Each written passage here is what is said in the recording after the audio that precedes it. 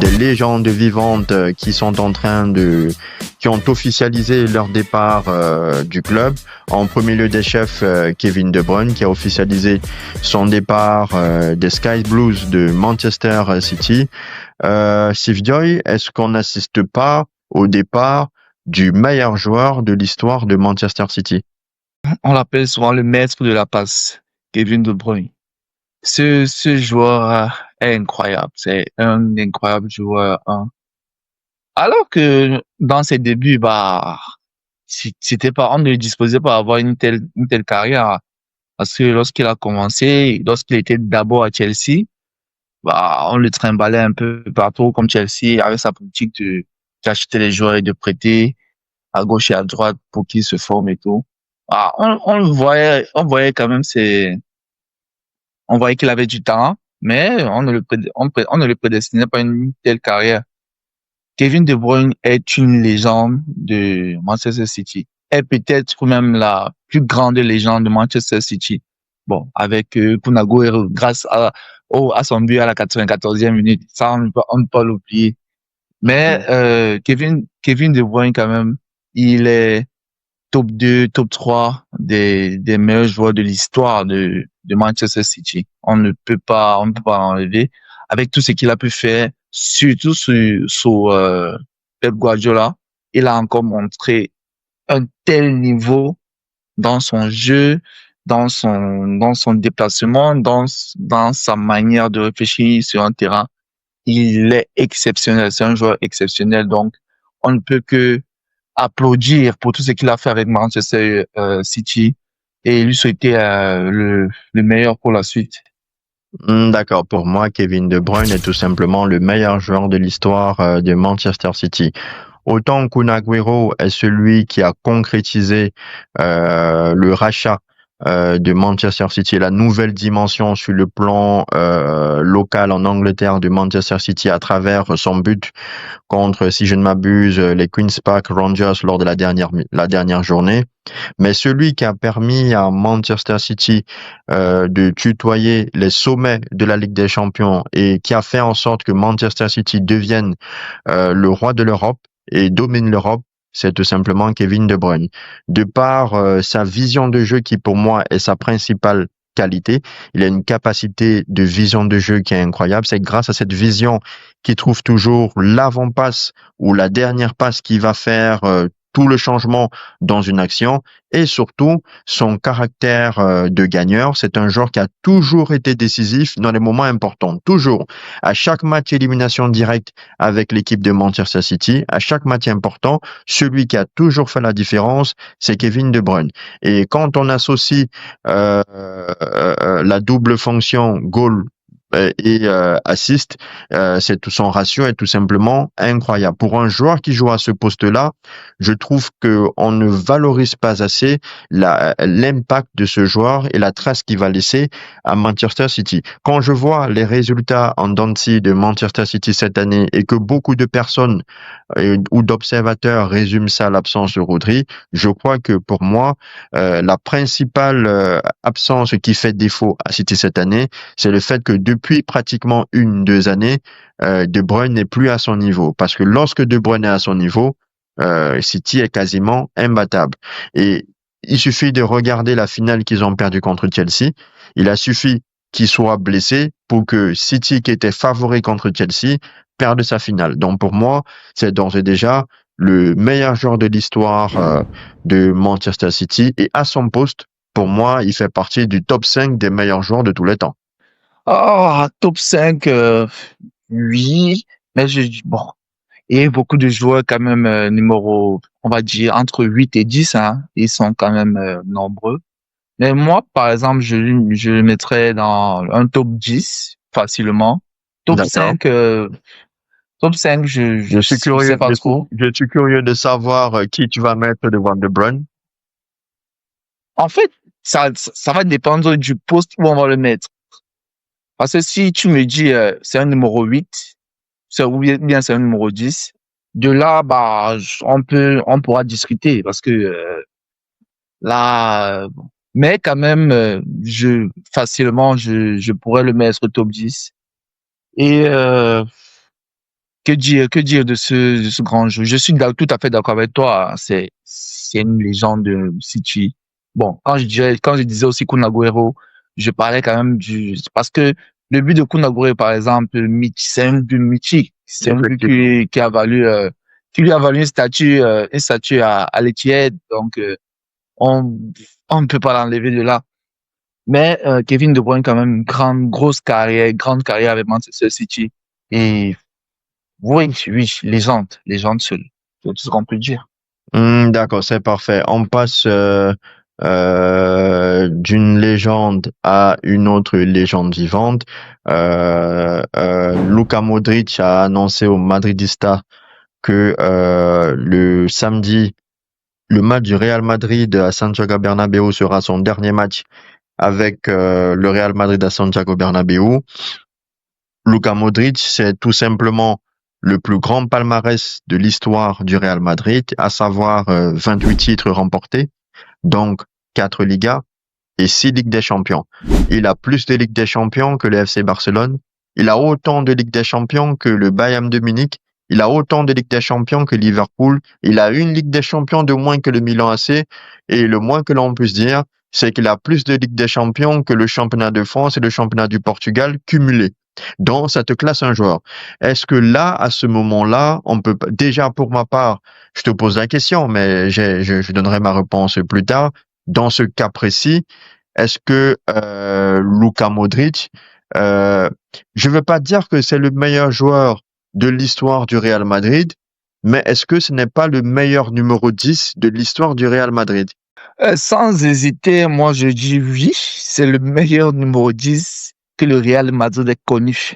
Moi je le dis parce que je ne sais pas, qu'est-ce qu'il n'a pas fait ce Lokita. C'est déjà la première image qui me vient de lui quand on parle de Luka Modric, c'est la décima. Moi je ne peux pas l'oublier. La tête de Sergio Ramos, c'est sur un corner de Luka Modric. C'était à la 94e. 92 plus 48. 92-48. Je ne peux pas l'oublier. Donc, Luka Modric il est l'un des rares joueurs à être là, pour on va dire, le début de la domination, Real Madrid côté, en Europe.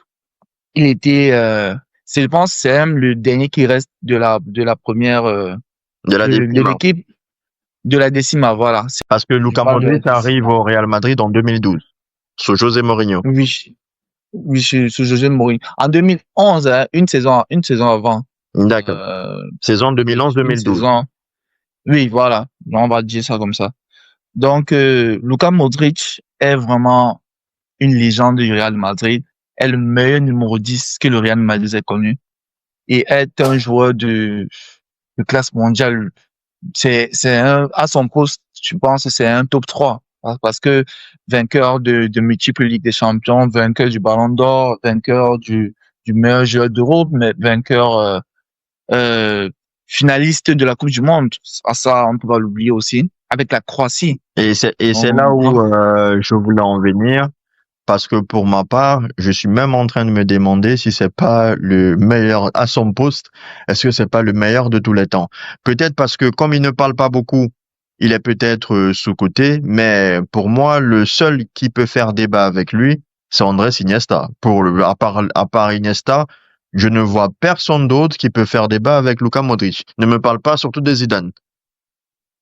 Je, je suis tout à fait d'accord avec toi. Ça, là, actuellement, je peux même pas faire des discussions, bon, oui, l'autre, non.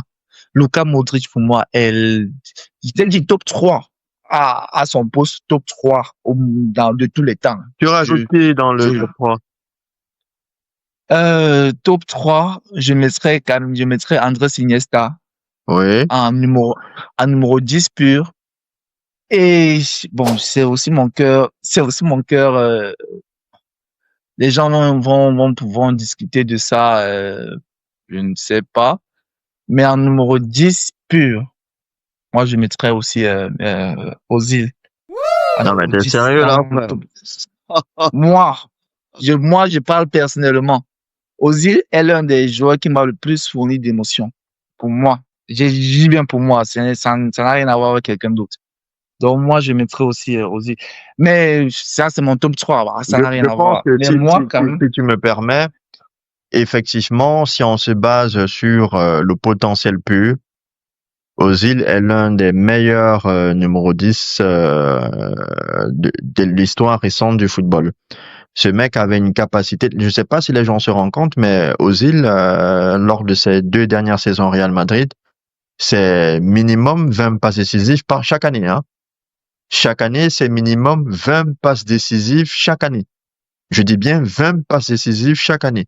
Quand je vois des joueurs qui sont désormais meilleurs passeurs avec 10, 12 passes, Özil, c'est pratiquement plus de 20 passes décisives chaque année.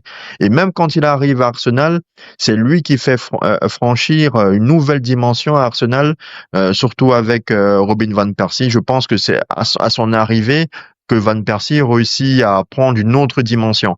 Parce qu'il avait un joueur qui était capable de lui mettre le ballon où il voulait et quand il voulait, au moment où il prenait la profondeur. Mais une fois que j'ai dit ça, en objectivité, en toute objectivité, de par aussi la durée de jeu de Mesut Özil, je pense qu'on peut clairement pas le placer dans le top 3. Mais bon, dans le tact. ouais, donc moi, je disais pour moi, donc chacun a droit à son avis. D'accord. Et D'ailleurs, le club de zéro, dites-nous dans les commentaires qui, selon vous, est votre top 3 de tous les temps, all-time des numéros 10 entre Luka Modric et d'autres joueurs. Pour ma part, je pense que Luka Modric est le meilleur numéro 10 de l'histoire. Vas-y, tu avais la parole, Sif Boy. Mhm. Donc, pour ma part, Luka Modric, c'est vraiment l'élégance même du football avec son fameux extérieur qui nous a fait trembler de joie et qui nous a fait crier de joie et tout. Donc, vraiment, on ne peut que lui dire merci pour tous les travaux qu'il a pu accomplir avec le Real de Madrid, avec toutes les équipes. Et il était dans l'équipe du grand Real de Madrid, il était dans l'équipe de reconstruction du Real de Madrid. Il a accompagné les jeunes joueurs comme les Rodrigo, les Vinicius. Il était là, il les a vus grandir et tout. Donc, on ne peut que lui dire merci pour tout ce qu'il a pu faire. C'est vrai que c'est une fin de cycle. Le football est comme ça. Il a 39 ans. On veut renouveler un milieu de terrain. On veut un milieu de terrain plus jeune. Donc, mais on peut pas empêcher il a impacté le monde du football. Surtout dans tout ce monde du football-là, il a eu, il a été la lueur d'espoir. Déjà que n'oublions pas que c'est lui le premier joueur qui a mis fin à la rivalité Cristiano Ronaldo Lionel Messi en remportant le Ballon d'Or 2018. Effectivement. Donc, vraiment, on ne peut que être admiratif du joueur qu'il est et vraiment, on lui souhaite aussi le meilleur pour la suite de sa carrière. Parce qu'on ne sait pas ce qu'il va choisir, s'il va arrêter ou bien s'il va aller. La belle histoire serait qu'il rentre au Dynamo Zagreb pour une dernière saison avant la Coupe du Monde 2026, qu'il finisse sa carrière là-bas et on lui fera une standing ovation. D'accord. Je tiens déjà à préciser que le Real Madrid a communiqué sur le fait qu'il jouera la Coupe du Monde des clubs, donc ça veut dire qu'on aura encore la chance de pouvoir nous régaler des touches de balle et des extérieurs du pied de Luka Modric. Mais moi, la raison pour laquelle je pense que à son poste, c'est le meilleur joueur de l'histoire, c'est d'abord sur la longévité. Voilà. Rares sont les joueurs qui ont 13 ans, parce que depuis qu'il est au Real Madrid, il n'a jamais été remis en question. Il a toujours été titulaire du Real Madrid en 13 ans. Il n'y a aucun joueur qui a réussi à déloger Luka Modric en 13 ans. Et on parle du Real Madrid, qui est tout simplement le plus grand club du monde. Avant même d'arriver au Real Madrid, il a contribué au fait que Tottenham soit l'un des clubs les plus forts d'Angleterre. Il a été notamment meilleur joueur du championnat d'Angleterre. Donc déjà même en Angleterre, il avait déjà fait ses preuves. Mais pour moi, ce qui vient clôturer le débat et qui, pour moi, montre en plus que c'est le meilleur joueur de tous les temps, eu égard de son parcours avec la sélection croate en Coupe du Monde, son Ballon d'Or, et le fait qu'en 2022, ils ont récidivé en éliminant le Grand Brésil en quart de finale et en allant en demi-finale, se faisant éliminer par l'Argentine de Léo Messi, c'est le rapport qu'il y a entre Modric et les supporters des autres équipes. C'est le seul joueur dans tous les stades où il foule la pelouse qui est acclamé, qu'il est ovationné. À chacune de ses entrées ou à chacune de ses sorties, il est toujours ovationné, peu importe le public. Et pour moi, voir un joueur qui est autant ovationné, peu importe où il va, ça classe un joueur et ça montre à quel point tous les spectateurs, connaisseurs ou pas, sont unanimes sur le fait que ce monsieur, c'est un grand monsieur, et pour moi, ça en fait le meilleur de tous les temps. Dites-moi dans les commentaires, mes chers amis, si vous partagez mon point de vue. Est-ce que pour vous, Luka Modric est le meilleur joueur de tous les temps à son poste? Et n'oubliez pas, s'il vous plaît, de liker et de vous abonner et de nous apporter vos suggestions. Sivjoy, est-ce que tu aimerais rajouter quelque chose? Non, pas particulièrement, mais juste lui souhaiter encore bonne chance pour la suite. Et, euh, et bon, moi je suis un supporter du Real Madrid, donc on va sur un nouveau cycle. Et c'est ce que nous on fera une saison incroyable la saison prochaine avec Xabi Alonso, les nouvelles recrues et pourquoi pas un Mbappé Ballon d'Or à la fin de la saison prochaine. Comment ça, Mbappé, Ballon d'Or? Bah, parce que Mbappé sera la tête de Gandalf de la saison prochaine, j'ai bien dit, pas l'année prochaine, la saison Ah, prochaine. d'accord, la saison prochaine. J'ai eu peur parce qu'à un moment donné, je me suis dit que tu fais partie du lobbying de Kiki qui pense qu'il y a une Oh non, possibilité que si le je Real ne suis pas Madrid comme ça, je ne suis pas comme ça, mon frère. a vu les origines et surtout vu la tribu qui est la sienne et la tienne et la mienne aussi, on peut penser qu'il y a une sorte de, tu vois ce que je veux dire. Enfin bref, on se comprend entre Camerounais. Mais bref, j'ai juste une question pour toi pour terminer. Luka Modric s'en va.